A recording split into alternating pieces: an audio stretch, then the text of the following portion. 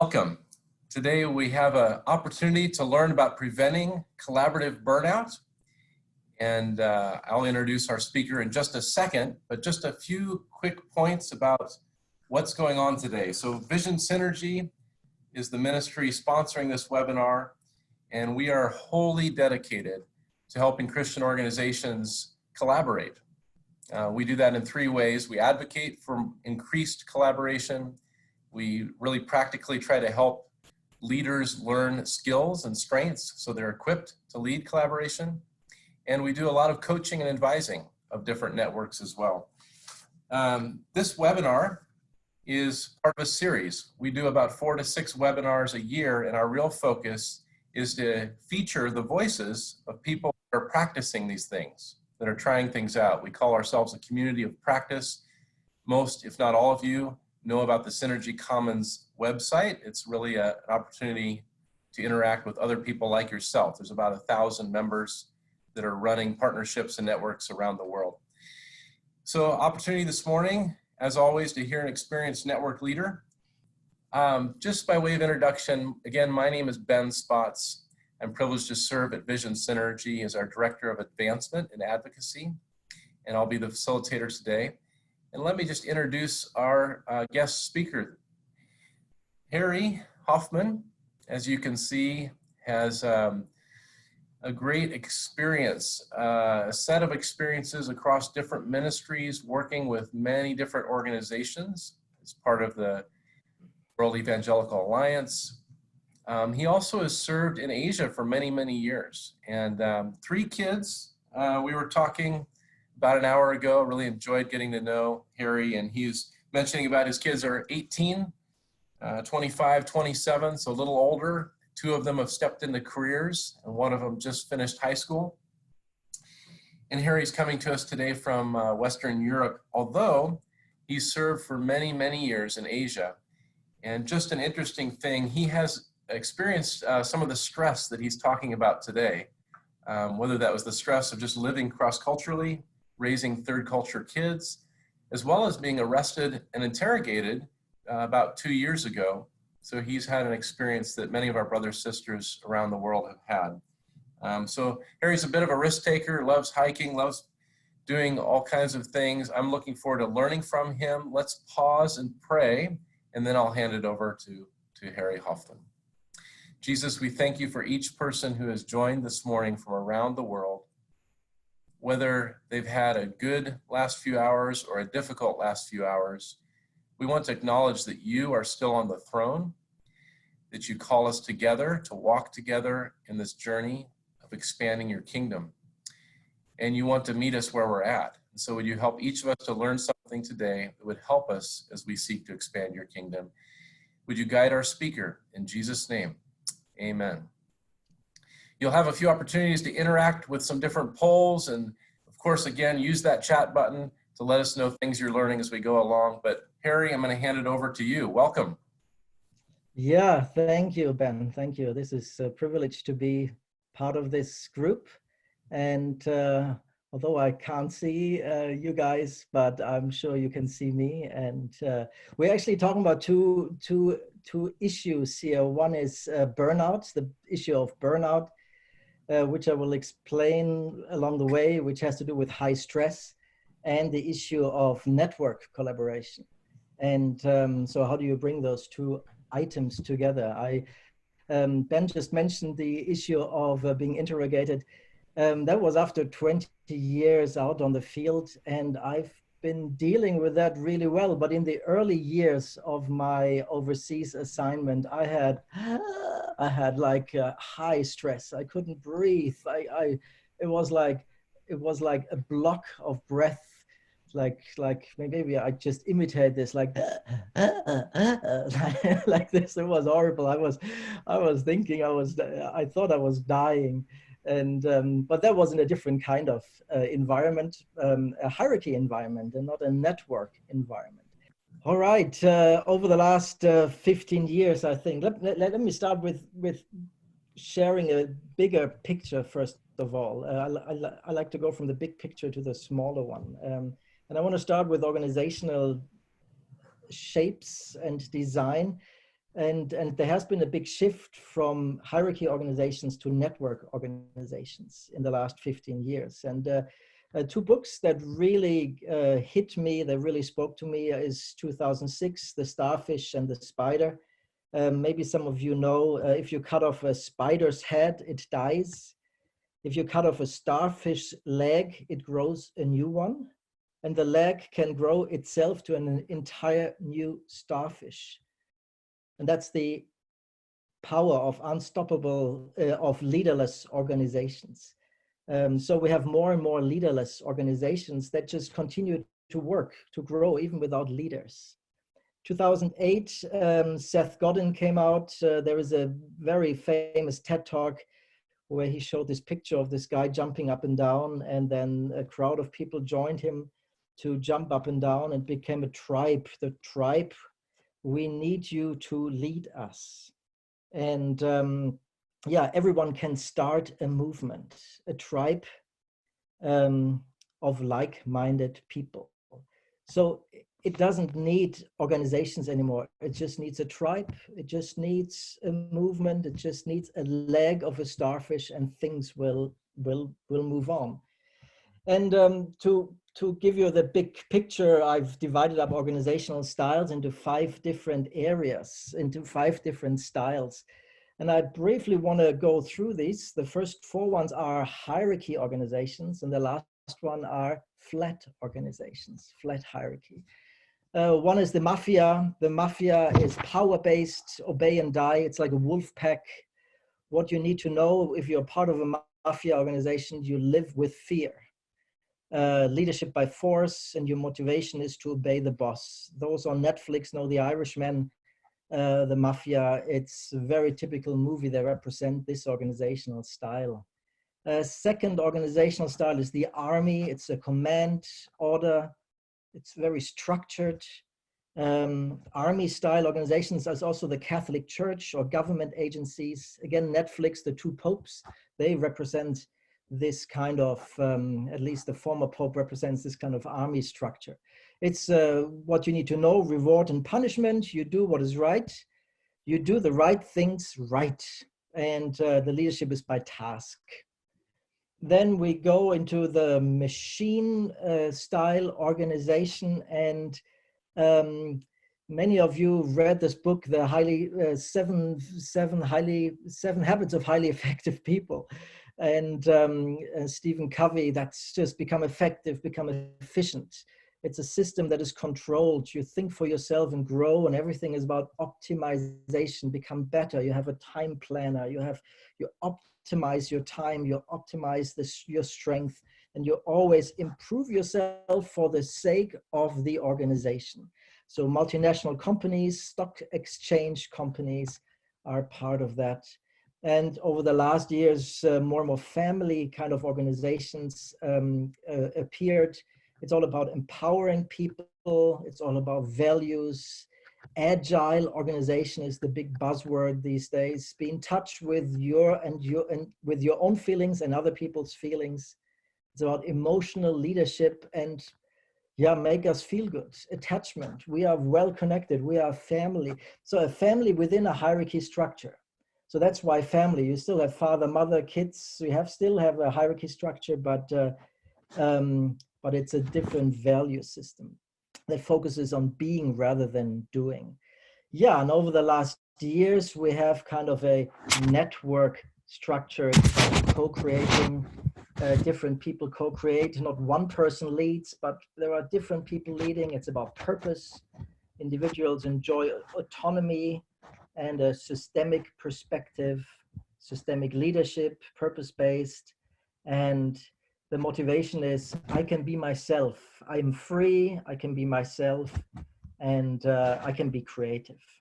So very organic. And so that's a big shift. You have 1 to 4 is hierarchy, and 5 is network. I will show you a couple of images about networks, just to get your mind into this network style organization.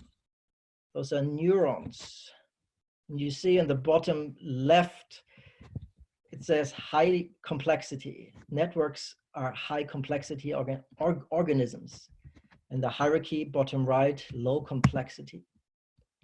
This is a leaf, symbolizes a network collaboration. Again, cells, nerve cells. Our whole body is not made up by a pyramid hierarchy, but by a network collaboration system.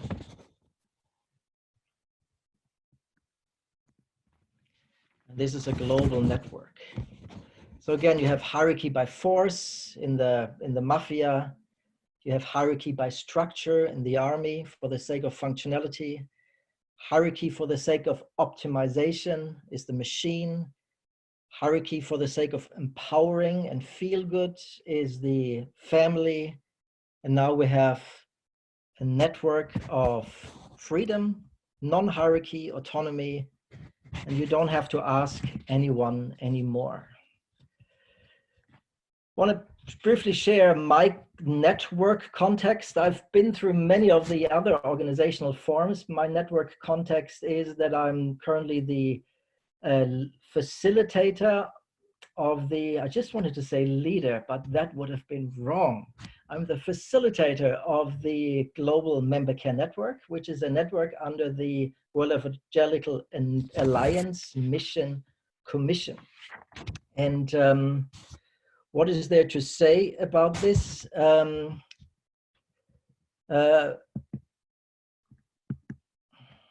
go here. Yeah. So it's a network of about 3,500 people all around the world. We are loosely connected. We have a Facebook group and we meet every 3 years at a conference. Or those who are willing to join a global member care conference. And that's about it. And just facilitating this network, networking with people, moving this network forward has different challenges. And I want to share a couple of those challenges with you.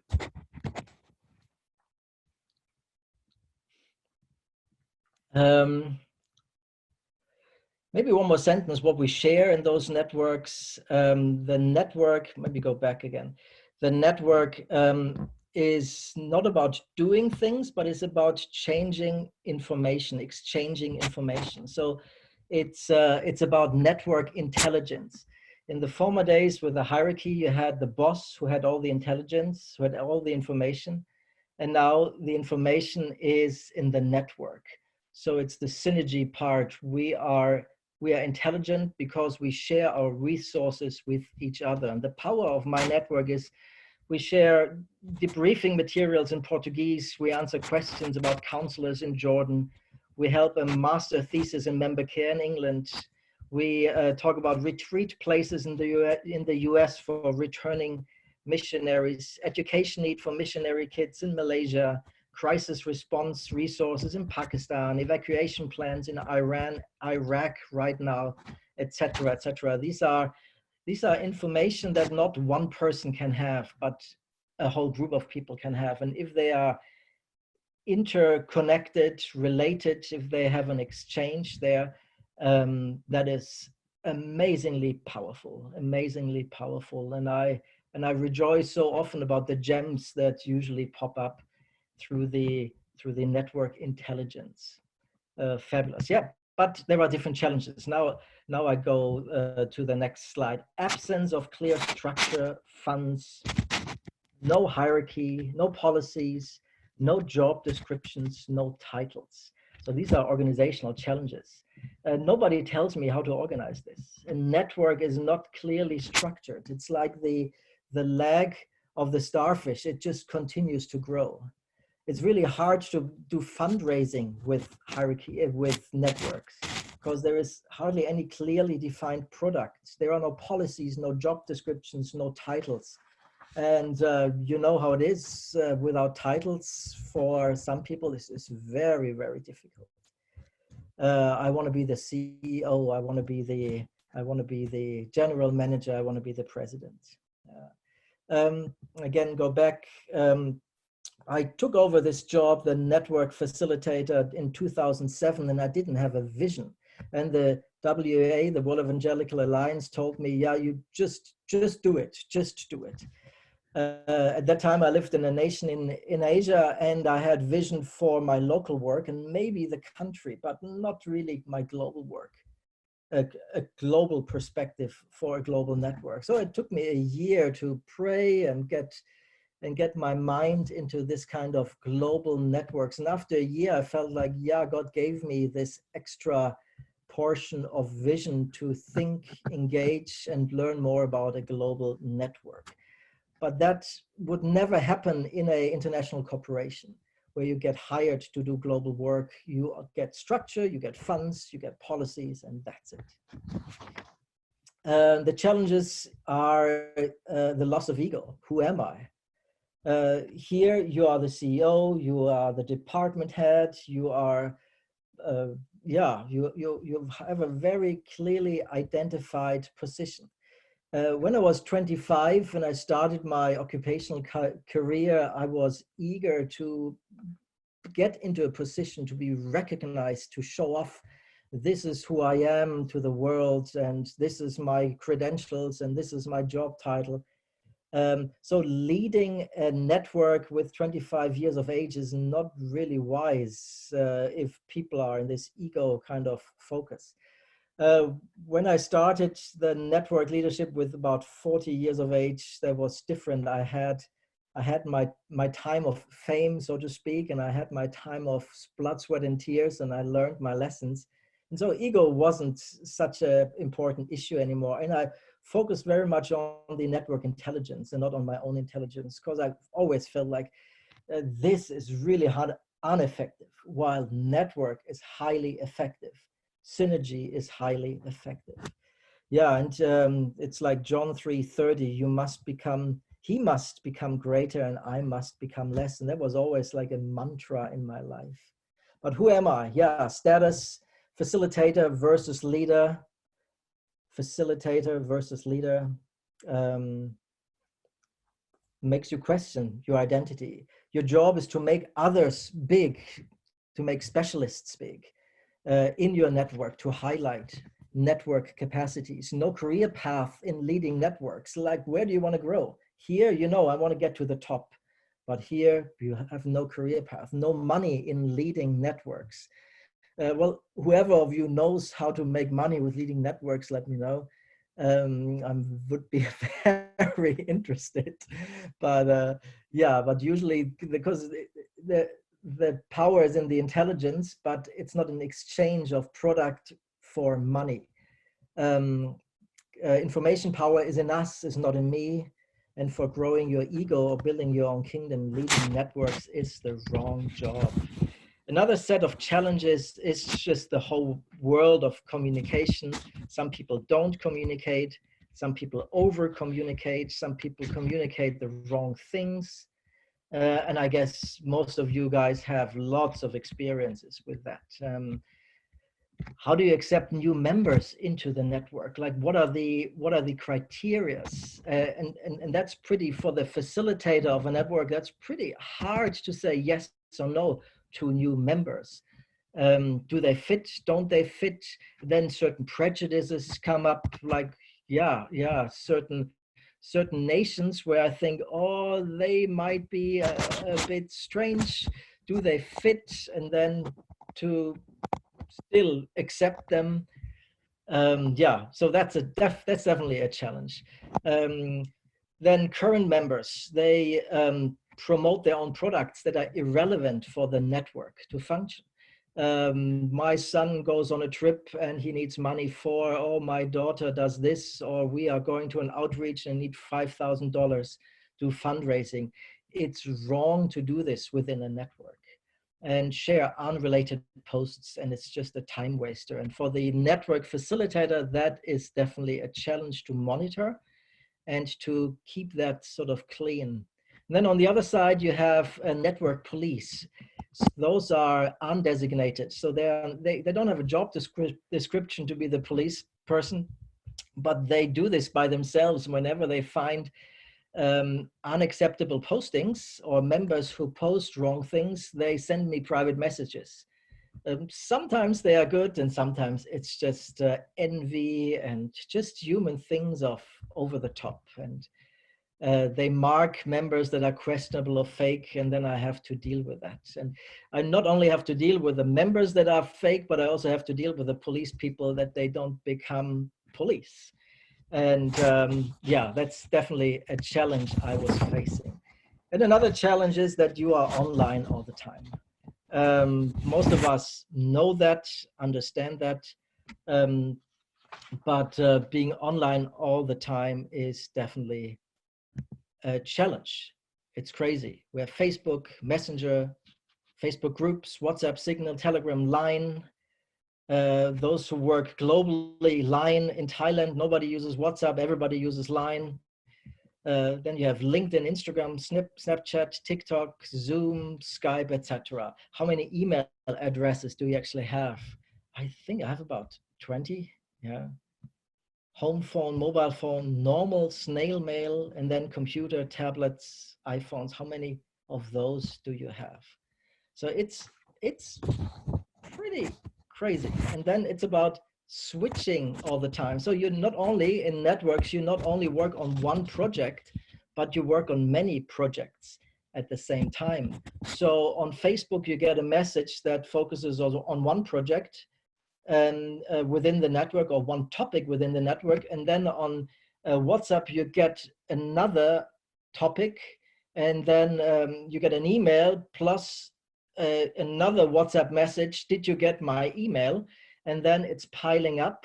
So the volume of information of communication is high, and then the topics are also adding up.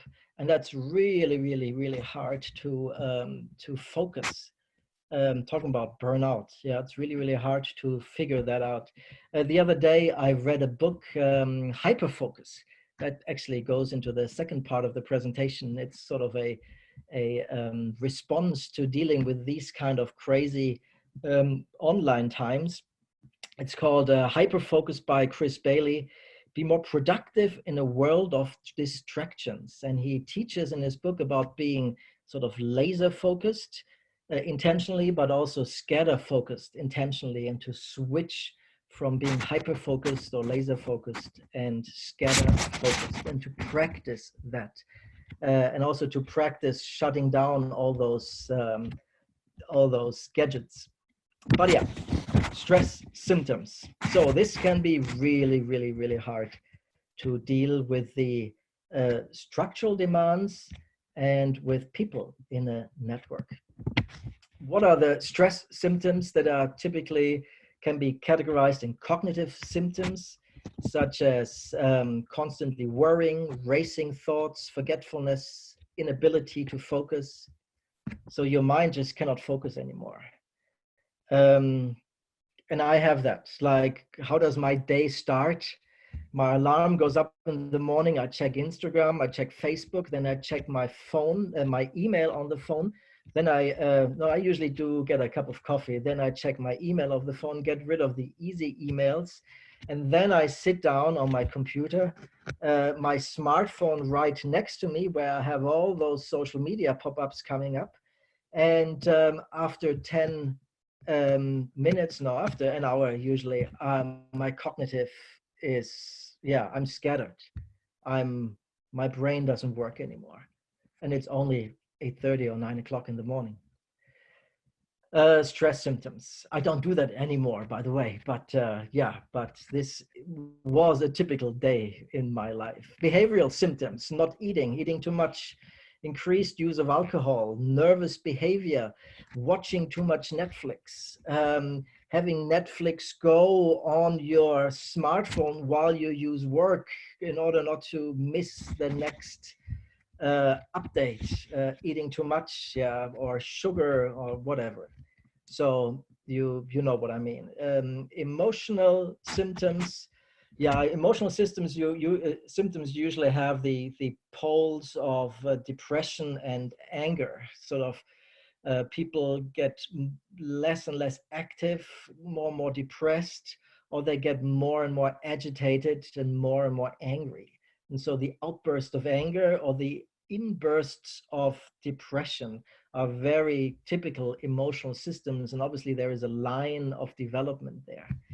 Easily frustrated, feeling overwhelmed, moodiness, difficulty to quiet my mind, feeling worthless, avoiding others. I think feeling worthless is a very typical symptom in networks, because like here, people like me because I'm on top. Here, people, I'm useless. What am I? I'm just an administrator. I'm not a specialist. And physical symptoms, low energy, headaches, sleep problems, and other physical symptoms. So, and if people have these symptoms, they can grow into burnout. So burnout is not a diagnosis in a way, but it's the end of a long process of high stress. And burnout is a state of emotional, physical, and cognitive exhaustion caused by long-term excessive stress. So you have emotional, you have physical, you have cognitive exhaustion over a very long period of time. And if you don't monitor that, if you don't change your lifestyle, that can lead to a tipping point where you feel stressed to burning out. And many before you, many before us have experienced that. So let me rewind and go back to where we are right now. We looked at networks and the organizational system part, and we looked at burnout and high stress. We looked at the different types of organizations, from hierarchy organizations to network organizations. And then we looked at the challenges of leading a network and or being part of a network, and the challenges and also the symptoms in the area of emotional symptoms, of high stress, of physical symptoms, cognitive systems, and behavior systems. And now in the second part, we talk about how do you prevent high stress and burnout. And I differentiate these between two responses. One is mindset and one is care. Networks have a lot to do. Network players, leaders of network, a lot has to do with mindset, because you're usually on your own. You might be part of a virtual team, but you're usually on your own. You have to work on your mindset. Let me show you this animation of a double rod compound pendulum and showing chaotic behavior. When I saw this, I thought, yeah, this is really like a network. It's really like a network. It makes you irritated when you watch that. It's chaotic. It does what it wants.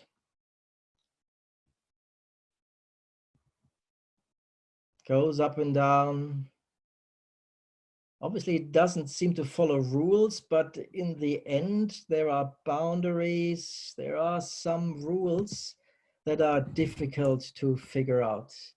High complexity. So a network is chaos, but still needs a purpose and boundaries.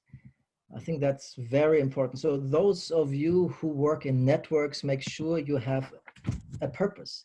Just like this pendulum here has a frame. The first thing has a frame here. So do you need a frame, a purpose? The Global Member Care Network connects you with resources, updates, links, people working in the realm of member care around the world. So when new people come in, I check, do they fit this purpose?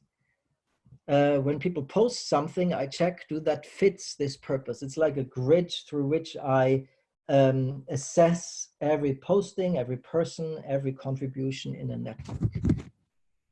And without that purpose, I couldn't do that.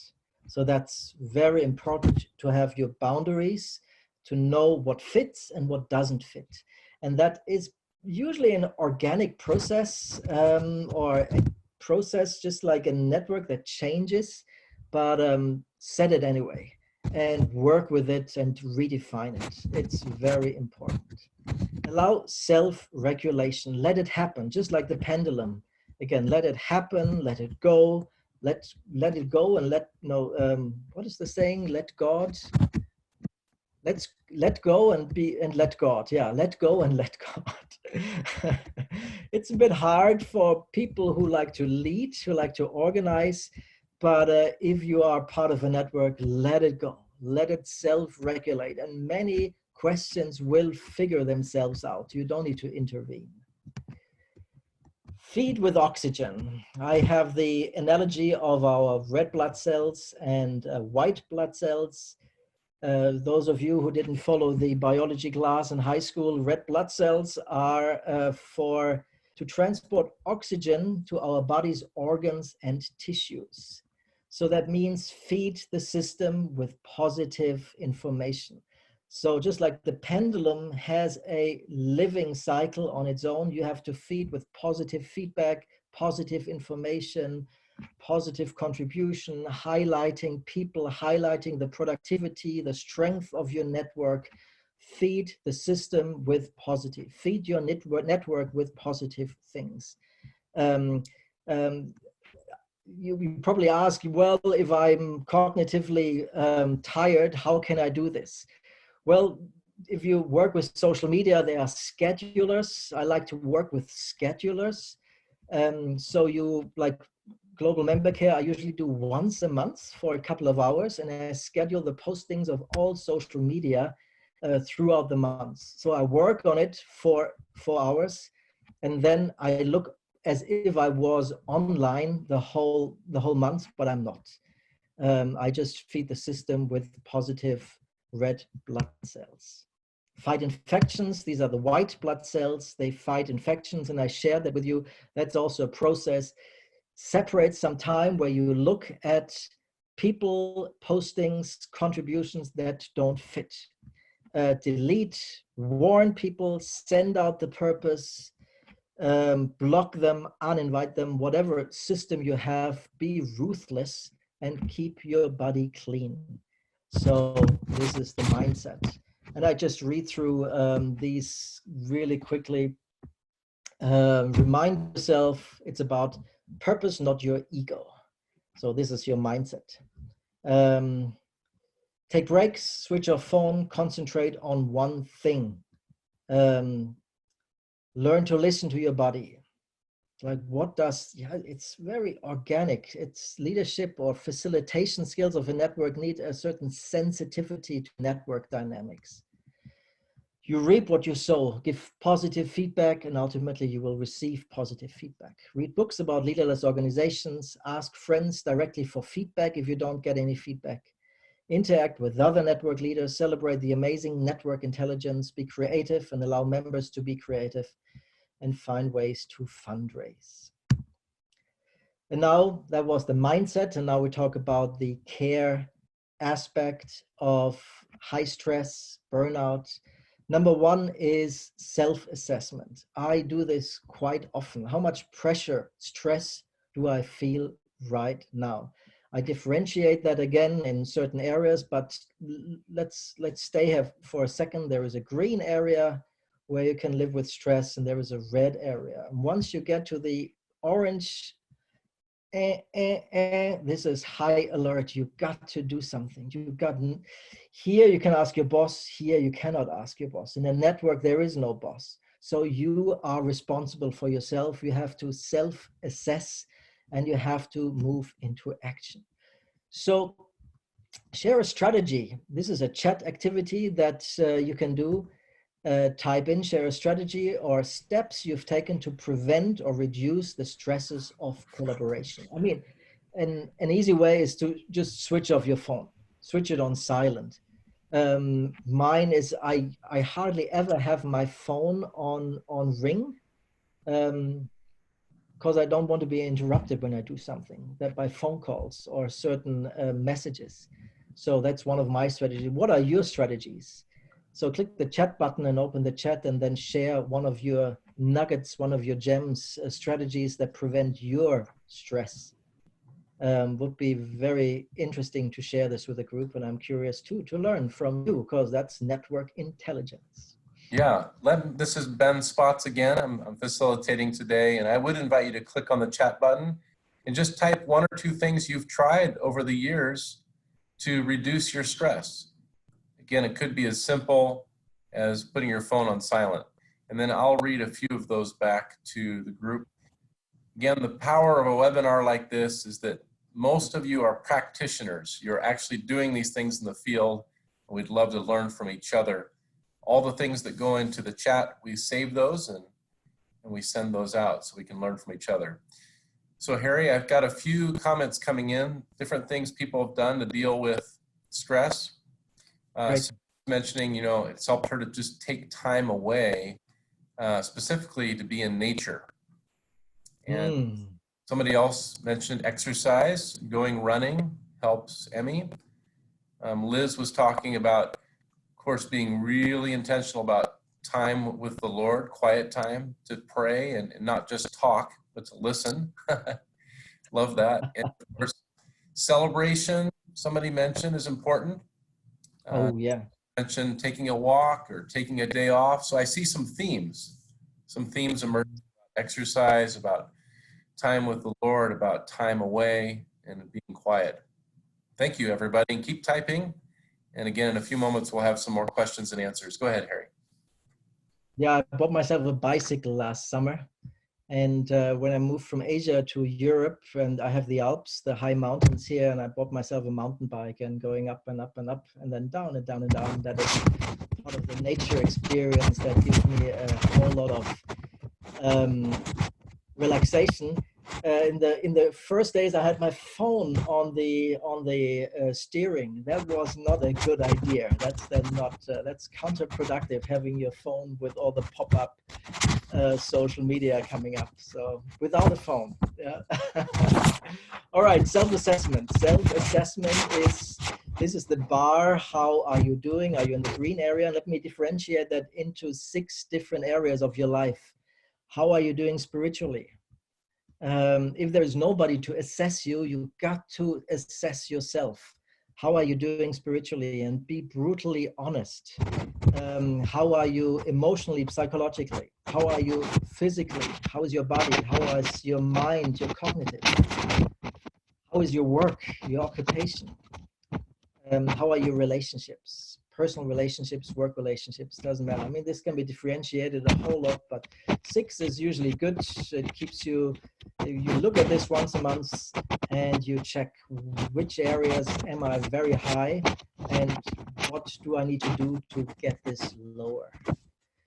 And then this is my favorite support system. So this is not, before I talked about self-assessment, and now we talk about a support system, the pyramid of care, 4 corners and 1 peak. The top of the pyramid is obviously God. And you can put yourself in the middle where it says client.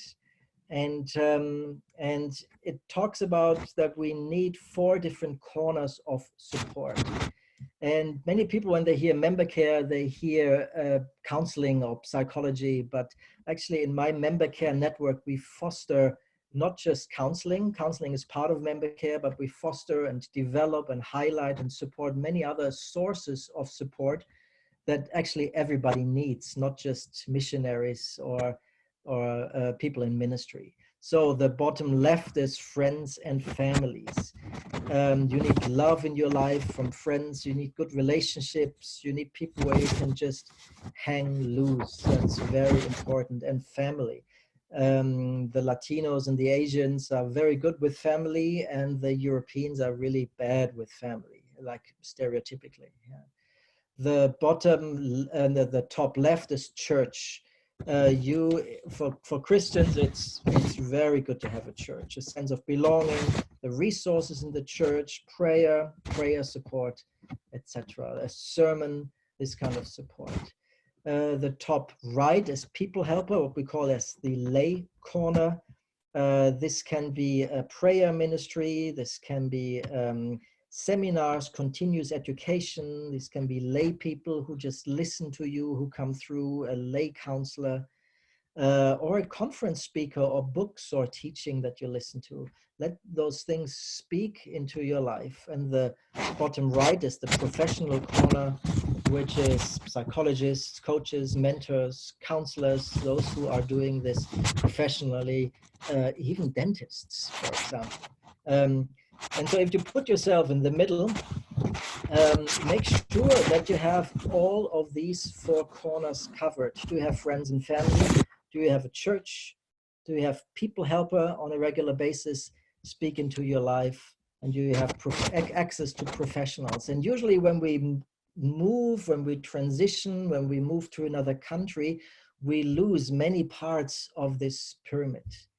Especially missionaries who move to another country, they lose friends and families, church, people helpers, and the professional community. They have nothing, and they need to consciously work on redeveloping this by developing the system, and also work on being humble, staying a learner, being emotionally honest, sharing what's really going on with friends and family. That might be more easy, but developing this afresh can be a big challenge. And and allow people to speak into your life, and continually learning about your environment, about yourself. So these four pillars have been a lifesaver for me and for many others who've been teaching this. And we usually, and the point is that all those four corners should lead you to strengthen your relationship with God. That's very important. So you have your own self-care, you have your own relationship with God, but if you have friends, church, people helper, and professionals helping you in your God relationship, that is just priceless. That's gold. So I urge you, if you don't have those corners, or if you have transitioned into an environment, or you find yourself in an environment where you don't have that, find it, be intentional and find it. All right, managing stress. I think this is as far as we go. Managing stress, prevent burnout, how you deal with this, mindset, self-assessment, and a support system. I have a couple of questions, Harry. Really wonderful. We have a question from somebody who's at the very beginning stage of starting a network. So if you were to think back however many years ago, Harry, when you first got involved with the network, how would you start a network in a healthy way if you were starting from scratch? What kind of things would you tell the other facilitators, or would you tell yourself? Wow, that is an interesting question. If I would know the answer, then I would be rich, maybe, or this is like a gold mine. Some of these networks happen by accident. And this is the book that I mentioned by Seth Godin. He, in his TED Talk, if you have a chance, watch that TED Talk. It talks how you start a tribe. It's this guy's jumping up and down, and then other people just join. I think the key question was too, not just how to start, but how to start in a healthy way. Well, you first have to get a group together that is really engaged in a network. So that's the start. And then the healthy, that might be messy in the beginning. Yeah. And once you have a core group and a dynamic, like this organism dynamic, you need to have boundaries. What do you allow in, and what don't you allow in? And that can be stressful. But this is like startup processes. This pendulum thing, it's chaotic, but you still need boundaries, and to be focused, but not too focused. And so that takes a bit of a sensitivity in leading. And once it's going, you have the same processes like self-care, relationship with God, etc. All the things, mindset, all the things I mentioned. Yeah, that's wonderful. I had a question for you. When you think about your own network, you shared something when we were talking earlier about how you do boundaries, especially around this whole idea of communications and just constant messages coming.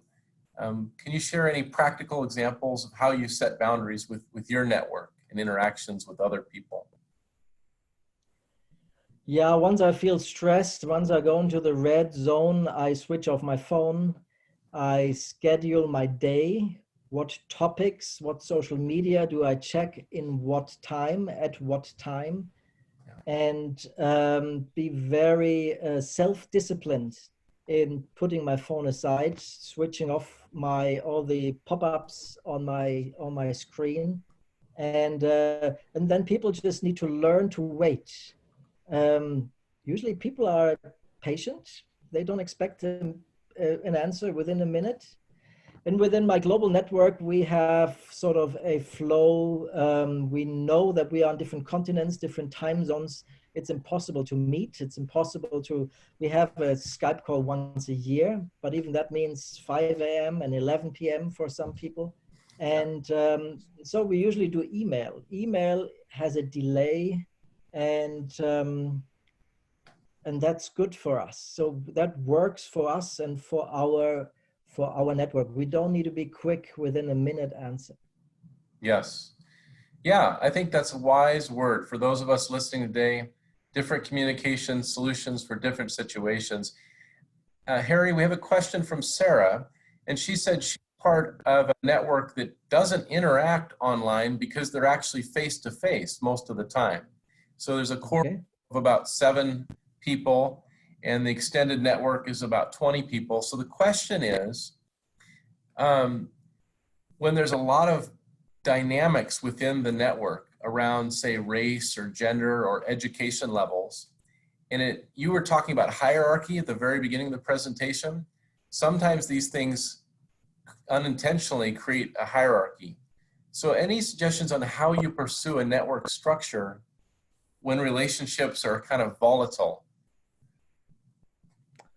Wow. So what I hear here, there are cross-cultural team dynamics.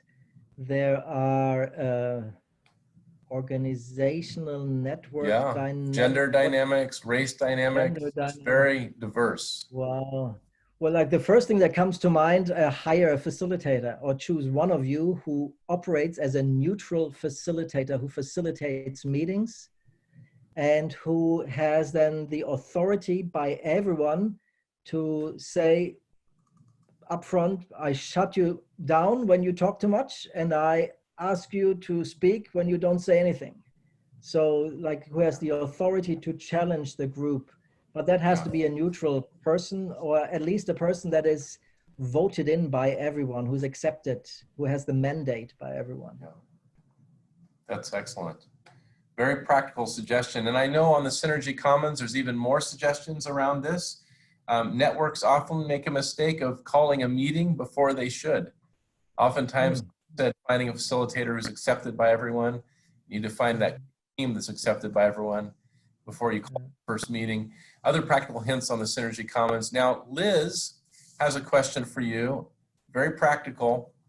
Often as a facilitator, you're seen as the model or leader within the network or the community. And so there can be that sense of shame or failure when you have lots of stress or you get to burnout. And it's difficult to know, who to trust, who to go to help for. It's tempting to withdraw. So the question is, especially with spouses who see their husband or wife struggling, any advice for how to help in that situation when there's a fear of shame or repercussions in talking about your stress or burnout? Wow. Oh, that's not an easy. Shame when you talk about.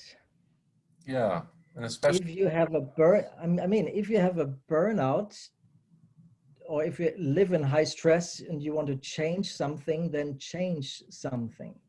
So make yourself mobile and do some action steps, get help, because burnout is usually a chronic illness afterwards. So don't get into burnout. And if you don't change anything and you feel ashamed, maybe that's good that you feel ashamed. I guess the question is too, how to help the other person that you see who is burned out. Because I appreciate your points about how to help yourself, but how do you help I see. The spouse who is burned out?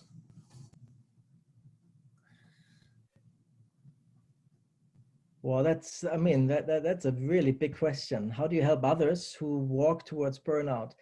You can warn them, you can send them information, you can drag them to a counselor, you can tell them, I leave you if nothing changes. Yeah.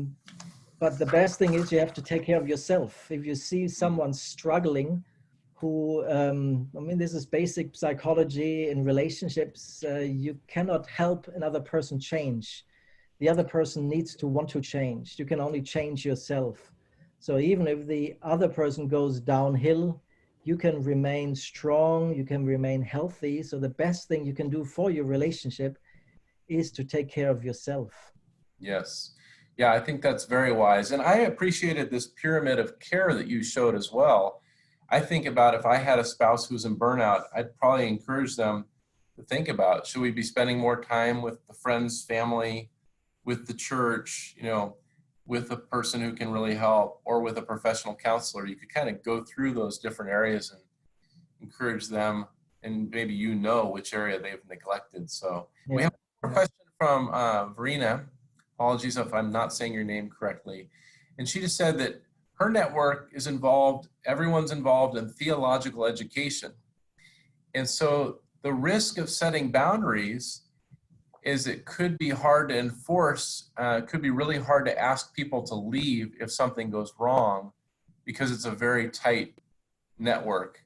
So any ideas about enforcing boundaries when you might not be able to force people to leave if something goes wrong?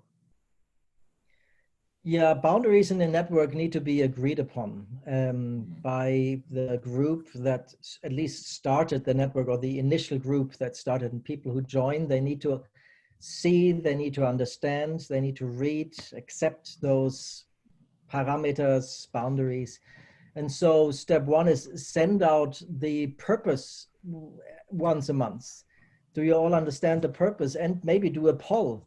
If you don't want to blame or shame someone, kick them out, do a poll, like that's what we did here. Do we all understand the boundaries? Do you feel like there were postings or contributions that didn't fit within our boundaries, our purpose? And so by that, you get the whole group, you get the sort of the organism to respond. And if you're the only one who thinks that was a wrong post, then, or a wrong contribution, then, well, maybe swallow it. But if there is the majority of network members, they think, oh, that's actually really inappropriate, then you have a basis, a broad basis to address that. Yeah, no, I think that's very wise. Thank you for these practical examples, a Sure. full overview of the stress that can come from being in networks, just because it is a different type of structure with a different type of hierarchy or lack of hierarchy. And I want to invite everybody one more time to type something in the chat that you learned today, and we will show these to Harry, things that you maybe knew but you were reminded of, or something that was brand new that you heard today. Type that in the chat. And I want to wrap us up today by just saying thank you again to Harry Hoffmann, and speaking out of your years of experience in Asia and now living in Western Europe. Thank you so much. Each of you will get an email in a few minutes, and we'd love your feedback on how to improve our future webinars. Again, we have about 4 to 6 of these a year.